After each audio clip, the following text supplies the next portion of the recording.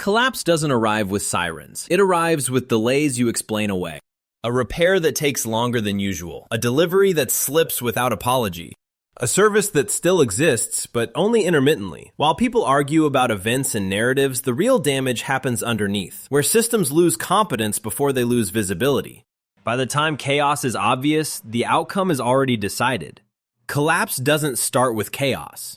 It starts with incompetence that used to be absorbed by systems. Your grandfathers didn't think in terms of survival skills. They lived inside a baseline where failure was common enough to demand competence. Things broke, deliveries failed, power went out, weather ruined plans. No one framed this as crisis. It was normal friction. And friction trained behavior every day quietly and relentlessly. What you call skills were once just behaviors required to function. Not in collapse, in ordinary life. Systems failed regularly and quietly, so people learned to notice early signals. No one announced emergencies. You noticed them through resistance, delay, wear, and fatigue. That awareness is what modern life removed first. Here is the first binary you are standing in whether you like it or not. Dependence versus agency. Modern life rewards dependence because dependence scales. Their world punished dependence because it killed people slowly. When systems were unreliable, agency wasn't a value. It was a requirement. Skill 1. Repair before replacement. Your grandfathers intervened early. You wait for failure. They understood something simple that modern life trained out of you. Replacement assumes supply. Repair assumes interruption. When supply chains work, waiting feels efficient. When they don't, waiting becomes fatal. Early repair doesn't fix everything. It buys time. Time is the only thing collapse ever gives you. They didn't repair because they loved fixing things. They repaired because allowing small damage to persist invited larger failure. A loose hinge became structural damage. A worn belt became a dead machine. Intervening early wasn't craftsmanship. It was risk management practiced daily. Skill 2. Reading wear and decay. They could see failure paths where you see static objects. Wood dries and splits. Metal fatigues. Seals crack. Bearings grind down. They didn't need diagnostics. They read materials like timelines. Noticing wear wasn't anxiety. It was literacy. Modern systems hide decay. Interfaces stay clean while infrastructure rots behind walls. You don't see wear, so you don't respond to it. When failure finally surfaces, it arrives fully formed and feels sudden. To your grandfathers, nothing about failure was sudden. It was always visible in advance if you knew how to look. Decay never announces itself loudly. It whispers, and only people trained to notice whispers act in time. Skill 3. Living within variable supply. They never assumed consistency. Fuel ran out, deliveries slipped, harvests failed, power was intermittent. So life was paced to fluctuation, not promises. Consumption followed availability, not desire. This wasn't ideology. It was adaptation to reality. Modern systems trained you to expect continuity. Everything arrives on schedule. Everything refills automatically. Everything is optimized for smoothness. That optimization works until it doesn't. When continuity breaks, behavior collapses first because it was never trained for variability. This is why early-stage collapse feels so disorienting. Systems don't vanish. They wobble, and wobbling systems expose people who only know how to function at full service levels. Your grandfathers already lived in wobble. Their behavior didn't need to change dramatically when conditions degraded. These 3 skills form the foundation, not toughness, not bravery, judgment under uncertainty. The ability to act before confirmation. The ability to pace without guarantees. The ability to read decline before it becomes failure. Your grandfathers weren't resilient by mindset. They didn't talk about resilience. They were resilient by repetition. They practiced these behaviors daily because daily life required them. You were optimized instead. Optimization removes friction. Removing friction removes training. This chapter isn't about admiration. It's about diagnosis. Before collapse becomes visible, dependency spreads quietly. And dependency always feels like progress right up until the moment it stops working. Drop your city in the comments. I want to see where the survivors are watching from, and hit subscribe while you're here. Strength didn't keep people alive. Judgment did. That distinction matters because modern culture teaches you the opposite. It teaches you to push harder, move faster, override limits, and rely on effort to compensate for uncertainty. Your grandfathers lived under conditions where effort without judgment didn't just fail, it accelerated failure. They survived not by doing more, but by doing fewer wrong things in the wrong order. Here's the next binary you have to internalize. Force versus foresight. Force reacts to problems after they announce themselves. Foresight prevents problems from reaching the point where reaction is expensive. Collapse punishes reaction. It rewards prevention. Skill 4. Maintenance literacy. Your grandfathers didn't fix things. That word is misleading. Fixing implies failure already happened.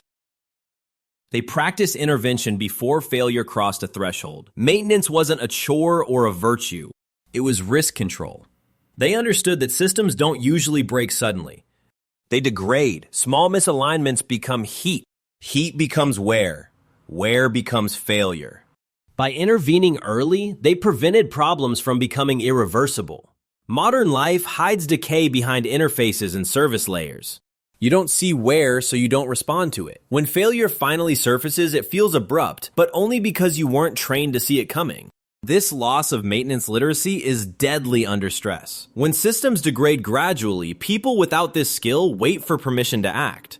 Permission never arrives, only consequences do. Skill 5. Resource pacing. They didn't maximize output. They stabilized consumption. This is a mindset modern systems actively discourage. Optimization culture teaches you to extract the most value, the most productivity, the most efficiency at all times. Your grandfathers understood that peaks create valleys. Valleys kill predictability. Food, fuel, effort, everything was metered.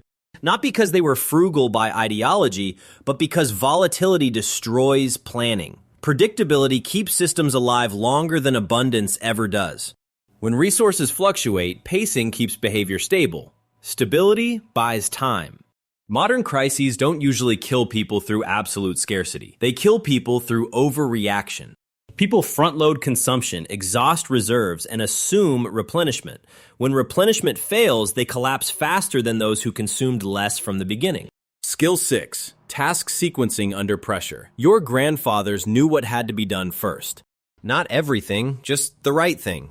They understood that under stress, effort without order is noise. Noise wastes energy and creates secondary problems. They learned sequencing through consequence, not instruction. Do the wrong task first, and the right task becomes impossible later. Modern life teaches multitasking and urgency. Collapse punishes both.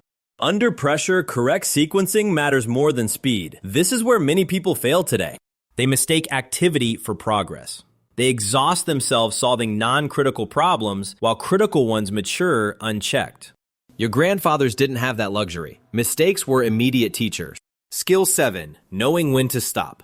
This skill is almost gone. They understood exhaustion as a signal, not a challenge. Fatigue wasn't something to be conquered. It was information. Push past it and you didn't just risk today, you destroyed tomorrow's capacity. Tomorrow mattered more. Modern culture glorifies override. Push through, grind harder, ignore limits. That works in buffered systems where consequences are delayed or absorbed. Collapse removes buffers. Override becomes self-sabotage. Exhausted people make bad decisions. Bad decisions compound faster than physical failure. Your grandfathers preserved capacity deliberately. They stopped before damage became permanent. That restraint wasn't weakness. It was strategy. Taken together, these skills reduce compounding mistakes.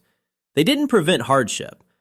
They prevented escalation. They kept small problems small long enough for adaptation to matter. This is why judgment mattered more than strength. Strength runs out. Judgment conserves what little margin exists. When systems stop absorbing error, margin becomes survival. And judgment, unlike strength, can't be summoned on demand. It has to be trained long before pressure arrives. Every real survival skill does one thing above all else. It buys time, not comfort, not certainty, time. Time to think instead of react. Time to adapt instead of panic. Time to prevent a bad situation from locking into a fatal one. Your grandfathers understood this intuitively because they lived in environments where failure was rarely total, but often partial. Partial failure is where time matters most. Modern systems train you to expect continuity. Power is either on or off. Services either work or don't. That binary expectation is dangerous. In reality, systems usually degrade. They thin out. They become unreliable, intermittent, and delayed. People without time-buying skills freeze in this phase because they're waiting for clarity that never comes. Skill 8. Operating with fewer inputs. Your grandfathers could function with less fuel, less power, less information, and less certainty, not indefinitely. Long enough. That distinction is critical. Survival is not about permanence. It's about delay. Delay stretches the decision window. Stretch the window and mistakes become reversible again. Always-on systems fail hardest when interrupted because behavior is calibrated to abundance. When inputs drop suddenly, people don't know how to downshift. They either overconsume what remains or stop functioning entirely. Your grandfathers lived below maximum input by default. When inputs dropped, their behavior didn't collapse. It adjusted. Skill 9. Seasonal thinking. They understood cycles. Not abstractly, physically. When to push. When to conserve. When to stop entirely. Seasons weren't calendar concepts. They were constraints that shaped effort, risk, and expectation. Modern life erased seasons. Climate control flattened experience. Supply chains erased scarcity windows. Everything became available all the time. That trained people to spend energy continuously without regard for recovery. Collapse reintroduces seasons violently. Not just weather seasons, but energy seasons, supply seasons, and risk seasons. People who never learn to pause burn out first. Seasonal thinking teaches restraint. It teaches you that not acting can be strategic, that holding position can preserve capacity, that timing matters more than intensity. Those lessons don't feel urgent until urgency destroys people who never learn them. Skill 10. Early physical signal detection. Fatigue. Illness, hunger. Your grandfathers noticed these early, not heroically. They didn't wait until collapse. They treated physical signals as data. Ignoring signals wasn't virtuous. It was dangerous. Modern culture trains you to override signals. Push through. Optimize performance. Treat the body as an obstacle to productivity. That works in buffered systems where recovery is guaranteed. Collapse removes buffers. Bodies that are ignored become liabilities, not assets. Early detection buys time because it prevents cascading failure. Exhaustion leads to mistakes. Mistakes lead to injury. Injury removes capacity entirely. Your grandfathers protected capacity because they couldn't replace it easily. You were trained to treat capacity as infinite. Skill 11. Repair confidence, not perfection. Confidence, the willingness to open systems, inspect them, and intervene without guarantees. Your grandfathers expected imperfection. They expected things to break. That expectation removed fear. Modern systems are sealed, abstracted, and proprietary. You are trained to fear breaking them because you don't understand them. When services degrade instead of vanish, people without repair confidence wait. Waiting feels safe. Waiting kills momentum. Repair confidence isn't about skill mastery. It's about psychological posture. The belief that intervention is better than paralysis. That posture buys time because action, even imperfect action, slows decay. Paralysis accelerates it. These skills work together. Fewer inputs, reduced pressure. Seasonal thinking, paced effort. Early signal detection preserved capacity. Repair confidence maintained function under degradation. None of them prevented hardship. They made hardship survivable. This is the part most people miss. Survival isn't about stopping bad things from happening. It's about preventing bad things from happening all at once. Time separates problems. Time keeps systems from collapsing into single points of failure. Your grandfathers didn't talk about time. They protected it instinctively. Every behavior reduced how fast things could go wrong. That reduction didn't feel dramatic. It felt boring. Boring is what keeps people alive when drama kills. Modern life trained you to live at the edge of capacity. Maximum output, minimum slack. That looks efficient. It isn't resilient. When slack disappears, failure accelerates beyond correction. These skills bought time by restoring slack. Slack in energy, slack in judgment, slack in systems. Once slack exists, thinking becomes possible again. And thinking under pressure is the real survival advantage. Most people think collapse is caused by one big event: a blackout, a storm, a market crash. Your grandfathers knew better.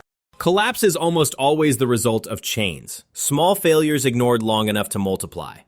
Nothing dramatic at first, just friction stacking on friction until the system can no longer compensate. One small failure becomes the second. The second removes margin for the third. By the fourth, outcomes are already locked. This is where people misread danger. They wait for the moment that looks serious, not realizing seriousness is cumulative. By the time it feels urgent, containment is no longer possible. These skills existed to break chains early, not heroically, quietly, before problems earned names. Skill 12, isolating problems early. A leak was never just a leak. It was moisture migrating, wood softening, metal corroding, mold establishing territory.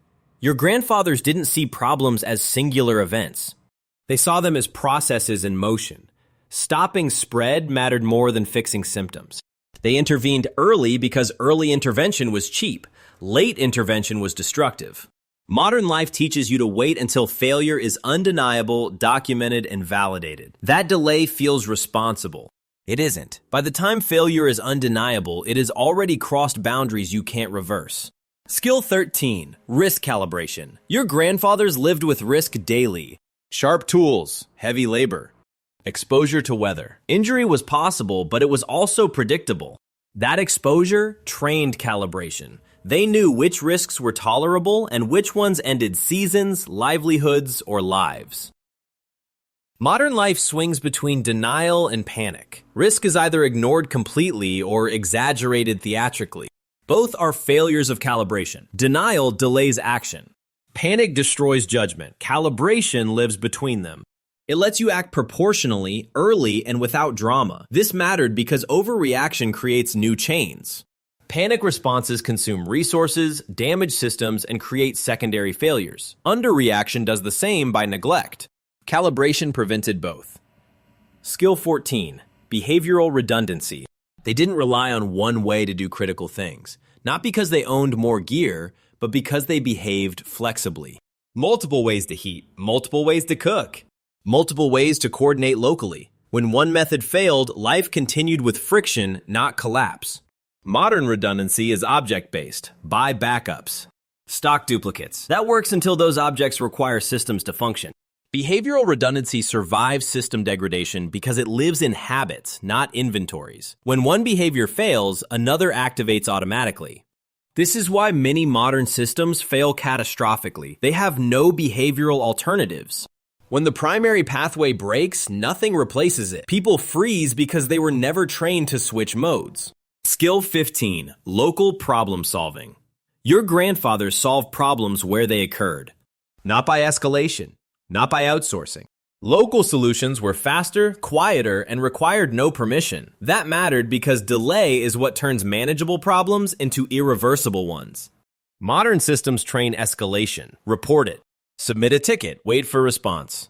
Escalation adds delay. Delay multiplies damage. By the time authority arrives, the problem has spread. Local problem solving kept issues contained before they demanded attention. This wasn't about independence as ideology. It was about efficiency under constraint. The fewer layers involved, the fewer points of failure introduced. Simpler responses preserve stability. Together, these skills formed a firewall against cascading failure. Isolate early, calibrate risk accurately, maintain behavioral alternatives, solve locally. None of this made life easier. It made failure survivable. Cascades don't feel dangerous at first. That's why they work. Each step seems manageable in isolation. The danger emerges in combination. Your grandfathers understood this pattern without naming it. They acted as if small things mattered because they knew small things accumulate. Modern life trained you to treat small failures as noise. Systems would handle them. Someone else would fix them. That assumption holds only as long as systems have margin. Collapse begins when margin disappears. These skills preserved margin, margin in time, margin in energy, margin in options. Once margin exists, problems remain separate. When margin is gone, problems merge. Merged problems end choice. Your grandfathers didn't stop collapse. They slowed it. Slowing it was enough. These skills didn't vanish naturally. They were removed deliberately, quietly, and efficiently. Not by conspiracy, by incentives.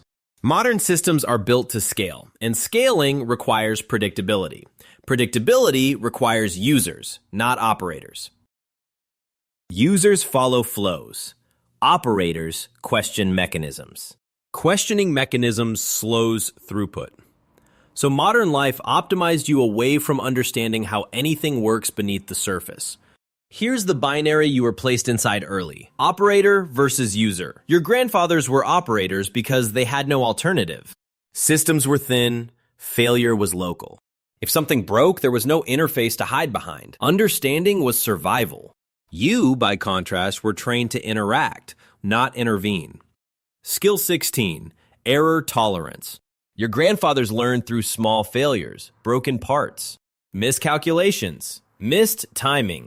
Errors carried consequences, but those consequences were proportional. A mistake taught without destroying the future. This created calibration. You learned how much error was survivable. Modern systems absorb small failures centrally. Mistakes disappear into warranties, customer support, and abstraction layers. That feels safe. It also removes feedback. Without feedback, learning stalls. When failure finally escapes containment, it arrives at full scale, too large to adapt to. People raised without small, correctable failures panic when confronted with irreversible ones. Not because they are weak, but because they were never trained to be wrong safely. Skill 17, responsibility without guarantees. Your grandfathers acted without assurance of success. No warranties, no service numbers, no refunds. When they committed to an action, they owned the outcome completely. That ownership built decisiveness. Hesitation had costs. Delay had costs. Waiting for certainty wasn't an option. Modern life conditions you to wait for guarantees, terms of service, return policies, professional validation. You are taught that acting without assurance is irresponsible. That lesson collapses instantly under stress. Collapse removes guarantees without warning. Those trained without them adapt faster because they never relied on them. Responsibility without guarantees forces judgment. Judgment requires engagement. Engagement builds competence. Guarantees short-circuit that entire loop. Skill 18, intergenerational skill transfer. Your grandfathers didn't learn skills from manuals. They absorbed them through proximity, watching, assisting, repeating. Skills were embedded in daily routines, not isolated as knowledge. Children learned competence because incompetence was visible and inconvenient. That chain broke when competence stopped being required daily. When systems absorbed failure, there was nothing left to pass down. Knowledge without use decays faster than forgotten memory. Skills that aren't exercised don't just fade.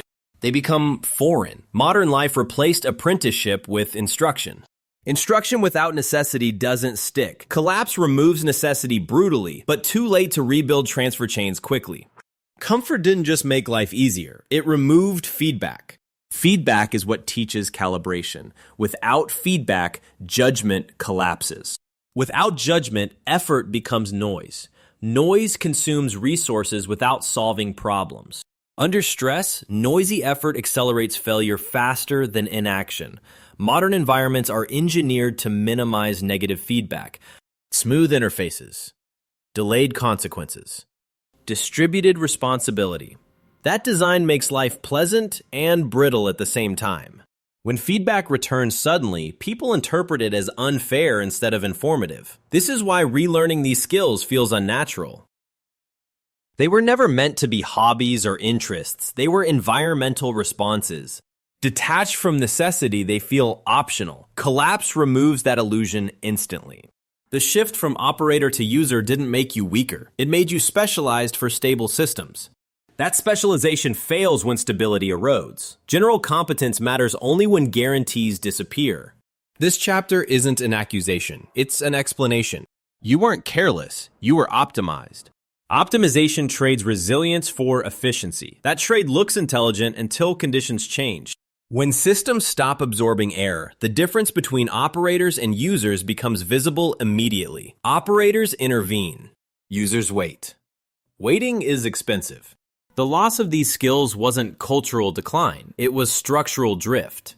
And structural drift doesn't reverse on demand. It reverses only when environments change enough to force it. Collapse is such an environment. This is the end of the list and the beginning of the reckoning. Lists feel safe because they imply completion. This one doesn't. It closes the inventory and opens the accounting. What matters now is not how many skills exist, but how many points of failure you still tolerate in your daily life. You don't need all 20 skills to survive everything. That idea is another fantasy. You need enough of them to slow failure. Slowing failure is not defeatism. It is strategy. Fast failure removes choice. Slow failure preserves it. Choice is the only leverage you ever get. Skill 19, reducing dependency count. Your grandfathers needed fewer systems to cooperate for a normal day. Fewer handoffs, fewer assumptions, fewer invisible services synchronizing on time. Every skill they practiced removed one dependency. Every dependency removed bought time. Time to notice. Time to adapt. Time to make a second decision instead of being trapped by the first. Modern life stacks dependencies invisibly. Water depends on power.